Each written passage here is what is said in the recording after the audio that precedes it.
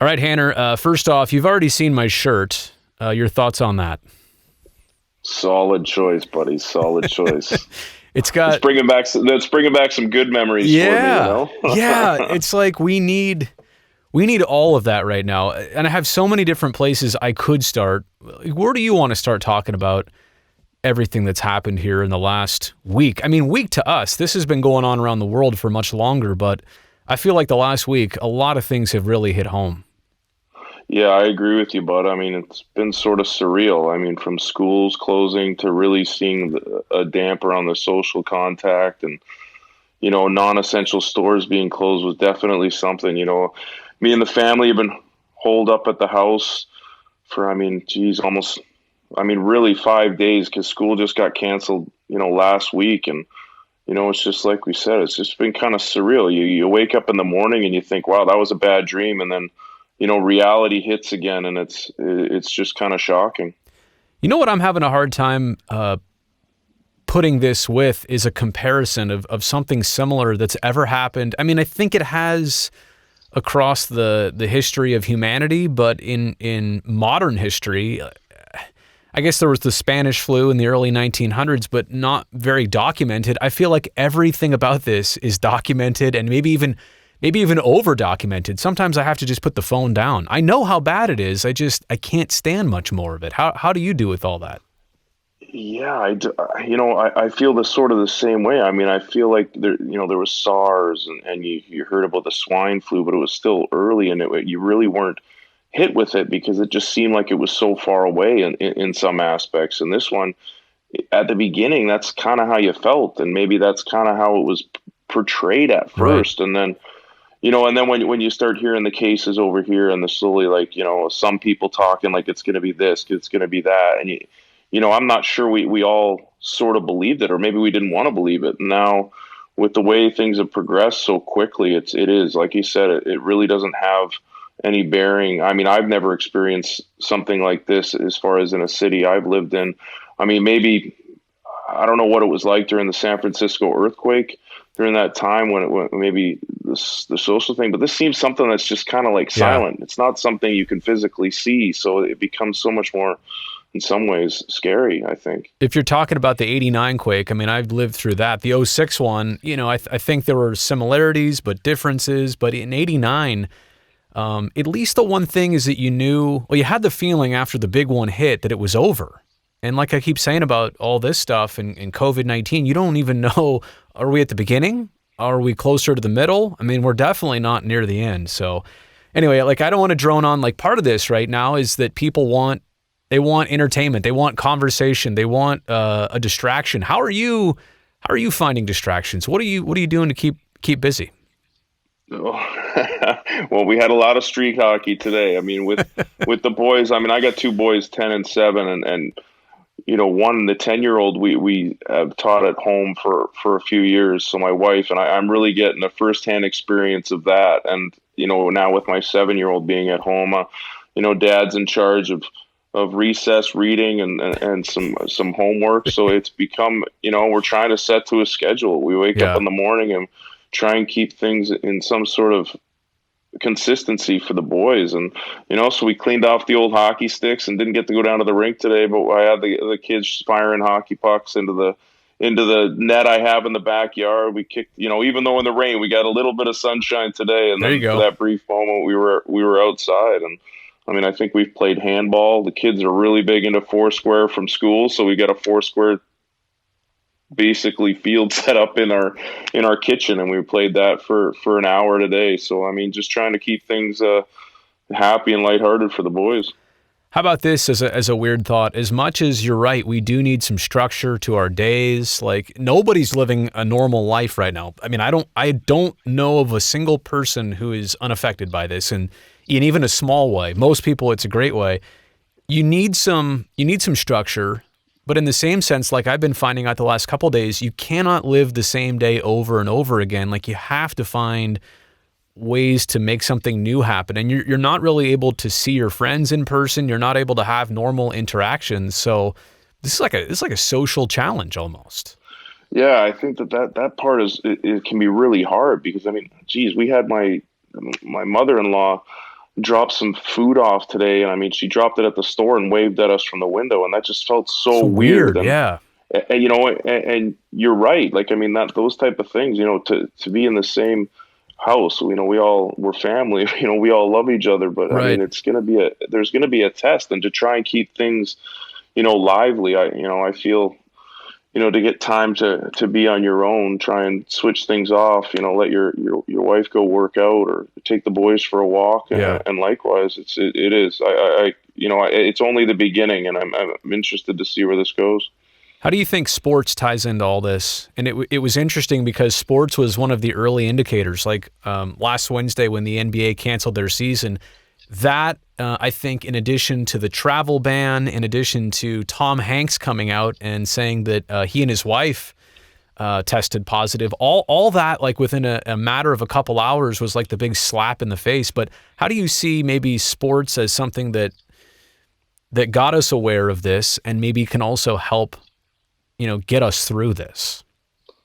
You know, I think it's one of those things. I think for, you know, me playing sports and always had it so much in my life, like so many people do, I think in some ways sports was always a respite from the day to day. It was something that people could, you know, check out from what was going on in real life, watch sports, get excited, and see big games, cheer on their favorite athletes. And I think, you know, in some ways, having that taken away really sunk this in. When, you know, Yeah. you're like, oh, they're not going to cancel the NHL season, they're not going to cancel NBA, and then all of a sudden you find out guys are getting sick, and you can't. Now it's this. You're watching this ever 24-hour news cycle, and you wish you just had some like sports to just kind of check out. I mean, I'm sure there's a lot of Netflix. I'm surprised it hasn't crashed yet. How many people are Exactly. probably watching movies, right? Exactly. I agree. Have you ever, in the last couple of days, because I've been doing this too, every time I cough or every weird sensation my body feels, I start to not overthink it. And I realize a lot of people out there are cautious normally of their own health. It's not that I'm not, but things I don't even think twice about now, all of a sudden I'm like, what was that? Are you going through that too, of maybe overthinking some things personally? Yeah, I mean, I get allergies, and I mean, There one you of the go. big things, you know, like it's that time of the year. You get the rain and the hot weather Right. mixed into one, and it brings out all that. And so, like, you know, I'm taking allergy pills, and you're like, whoa, you know, is this something that? What is this? And then, you maybe your head kind of aches for a little while because, you know, just how allergies work. Right. Yeah, I never really was one to really stress about how I was feeling, and that definitely makes you think in that aspect of, you know, what's really going on. So I know one of your big hobbies is surfing. I don't think you can still do that. I'm not really sure. There's a lot of things that are unclear. My question is, what are you going to do to pass this time? I know you're spending it with your family, but is there a side hustle or a side hobby that you're going to pick up through this, you think? Probably some puzzles. I think I saw Ellen DeGeneres try and figure out a 4,000 piece puzzle. But I mean, yeah, I mean, That's torturous, man. I can't. I Puzzles are know. just. I give up like halfway in or not even halfway in. I'm bad at that. Yeah. I mean, I feel lucky. I mean, I think in some ways, when I retired, I had built a gym at my house. Oh yeah. And that became really big. So for me to stay in shape after I played, and that now it's just something I can set a goal and hit goals. And I feel lucky to have that at my house, as far as something that I can try and set a goal for every day and accomplish. And I feel like in my life, I need those things in ways. I had surfing. I mean, one of the big things that hit me is I was up skiing.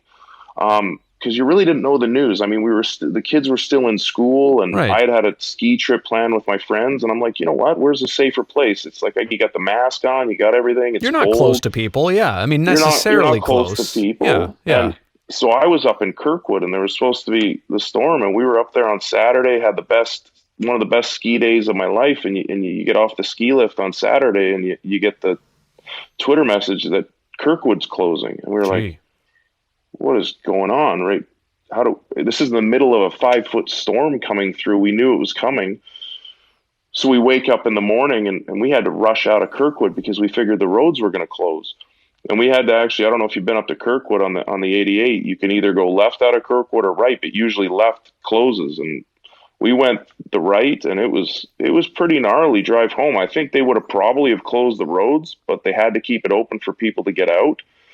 And the road ended up closing 2 hours later. I think people just, it opened up. I mean, I think today it was just kind of hairy. People were driving around trying to get out, and I actually had to haul somebody out of a ditch. I had my truck with me, and I brought some of my gear, and it was just kind of, that's, you take it back. You said, when did it really sink in? And I think that was kind of it. It was just like, before, it was just something that was either far away, and then the schools closed, this happened, and everything shut down really quickly.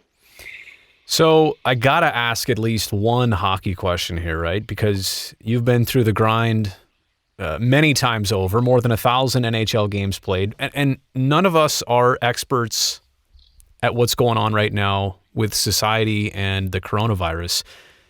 I mean, not even the experts, I feel like, are experts at times. How could they be? It's ever changing.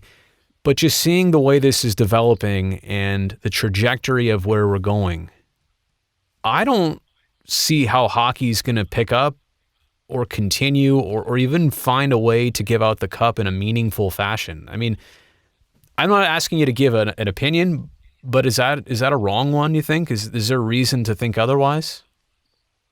No, I think I think you're right in a way. Like, I mean, I think there's bigger things going on right now. I wish there was, if it was to be able to be played safely and out of that, I think it would be a great way for people to take a respite from what's going on. But I mean, I like you said, I don't think there's any realistic way we could be accomplished or set back into a place in a safe manner. Yeah. And I think too, that's the other part about it. Like, sports is such a routine for us. It's such a tradition for us. And to not have some of these things occur, it feels like you're breaking a chain of, it's been, 102 years, I think, since the Stanley Cup was last not awarded. And that was also, I think, because of a similar situation, a pandemic. And I feel like a lot of people maybe almost feel guilty, like we're letting history down. But in reality, I don't know that we have a choice. And I also, to your point, imagine getting on with things and not feeling 100% about it. You know what I'm saying? I feel like we're not going to be able to get back to anything truly until we have a 95% good feeling about it. Yeah, no, I agree. And maybe to touch on a positive note, I think in some ways we can take, like, I grew up playing on a team all the time, and you always make those type of things where I want to say you're sacrificing for the team and everybody's in it for the team. And I think in some ways there's a positivity with the way things are going. I think we're going to get through this, and I think it's going to get together as far as, people banding together like a team and getting through this as a country, as a world.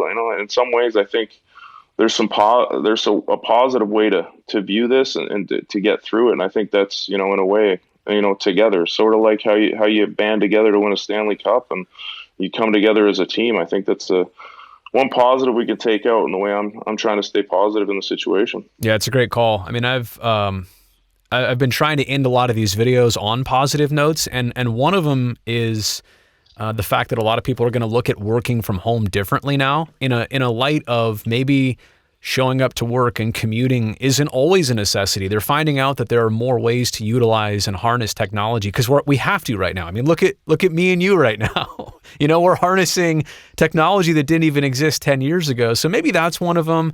And here's another one. I'll leave it on this.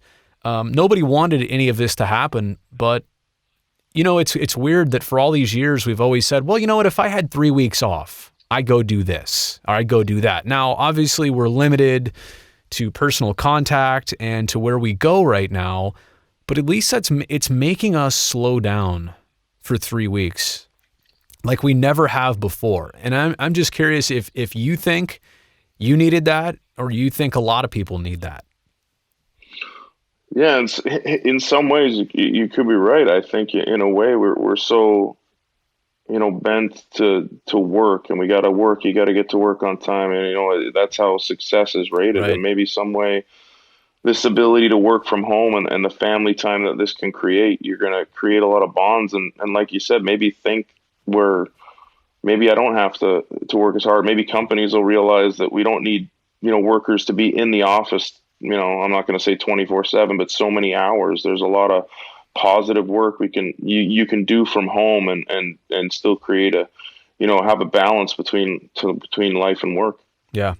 Hanner, great stuff, man. Happy to see you're doing well, and you're one of my early first guests here. So we already did Curtis. He was the test dummy for obvious reasons. Does he have the stash still going? Has he still got it going? It's filthy. Still rocking it? I told him I was like, 2 things: wash your hands, and then 2, shave. So I'm confident. Nothing can get through that mustache, though. No, right? Maybe it's a protection thing. I should have told him that for sanitary reasons, it would be best to shave. You know what? I think I'm going to talk to him again soon. But look, man, the ice is melted now at SAP Center. So I don't know when I'll see you next in person or in a working capacity. But we'll FaceTime. I know you're a big FaceTime guy. So gotta love the FaceTime, bud. Love seeing that face. All right, Hanner. See you, bud. All right, see you, bro. Thanks, man.